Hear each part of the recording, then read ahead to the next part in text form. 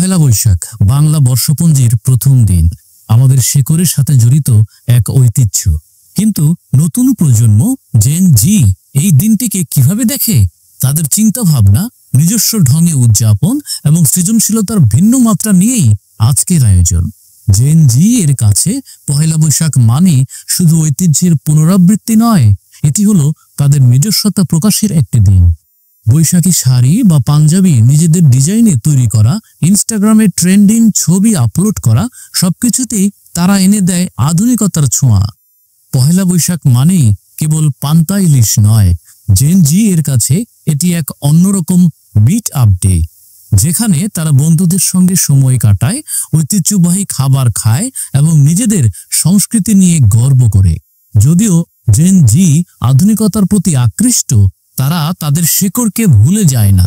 পহেলা বৈশাখের শোভাযাত্রা, পান্তা ইলিশের সকালের খাবার, এই সবই তাদের জন্য একটি সম্মিলনের প্রতীক। পহেলা বৈশাখের ঐতিহ্য অনেক পুরনো, কিন্তু জেন জি এর কাছে এটি এক নতুন দৃষ্টিকোণ থেকে দেখা। পূর্বপুরুষদের প্রচলিত রীতিনীতি যেমন ছিল, তেমনি তাদের উদযাপনেও পরিবর্তন এসেছে। জেন জি এর দৃষ্টিভঙ্গি বৈশাখকে গ্লোবাল অডিয়েন্সের কাছে তুলে ধরে। সোশ্যাল মিডিয়ার যুগে ইনস্টাগ্রামের রিল থেকে টিকটক এর ক্রিয়েটিভ ভিডিও পর্যন্ত তাদের উদযাপন শুধু দেশে সীমাবদ্ধ নয়। নিজেদের পহেলা বৈশাখের স্টাইল, নতুন মিউজিক ভিডিও তৈরি, নিজের পছন্দের ফ্যাশন আর খাবারের রেসিপি তারা পুরো বিশ্বকে জানিয়ে দিয়ে বলে, দেখো পহেলা বৈশাখ কতটা গুরুত্বপূর্ণ।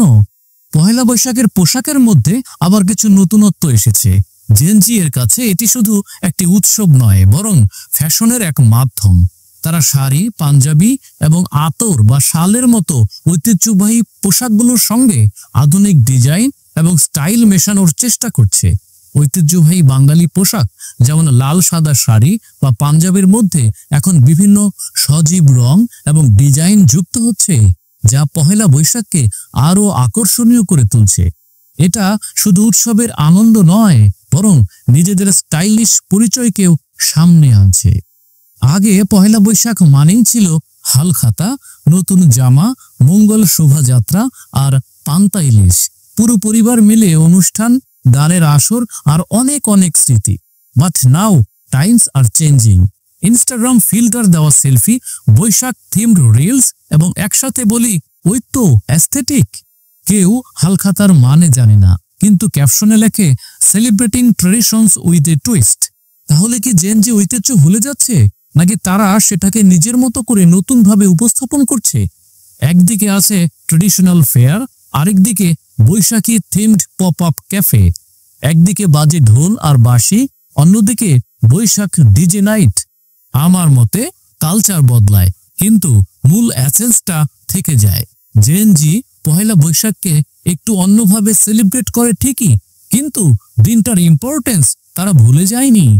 আর অনেস্টলি, যদি কেউ ইনস্টাগ্রামে বাংলা সাজে 5টা কিউট পিক তোলে, তাতেই বা ক্ষতি কি? জেন জি এর জন্য পহেলা বৈশাখ শুধুই একটি দিন নয়, এটি তাদের পরিচয়ের একটি অংশ। তাদের উদ্যম এবং সৃজনশীলতা আমাদের ঐতিহ্যে যোগ করে নতুন প্রাণ। আনন্দে, গর্বে এবং ঐক্যের সংমিশ্রণে চোখে মুখে ফুটে ওঠে আগমনী বার্তা। জেন জি শুধু নিজেদের উদযাপনেই থেমে থাকে না, তারা চায় তাদের ঐতিহ্যের গল্প ভবিষ্যৎ প্রজন্মের কাছে পৌঁছে দিতে। বড়দের সাথে উদযাপন থেকে শুরু করে নবীনদের সাথে নিজেদের শেকড়ের গল্প শেয়ার করা, জেন জি আমাদের ঐক্যের মূর্ত প্রতীক। পহেলা বৈশাখের শোভাযাত্রা থেকে শুরু করে তাদের নিজস্ব সৃজনশীলতা পর্যন্ত জেন জি আমাদের ঐতিহ্যের এক নতুন দিগন্ত খুলে দিয়েছে। শুভ নববর্ষ।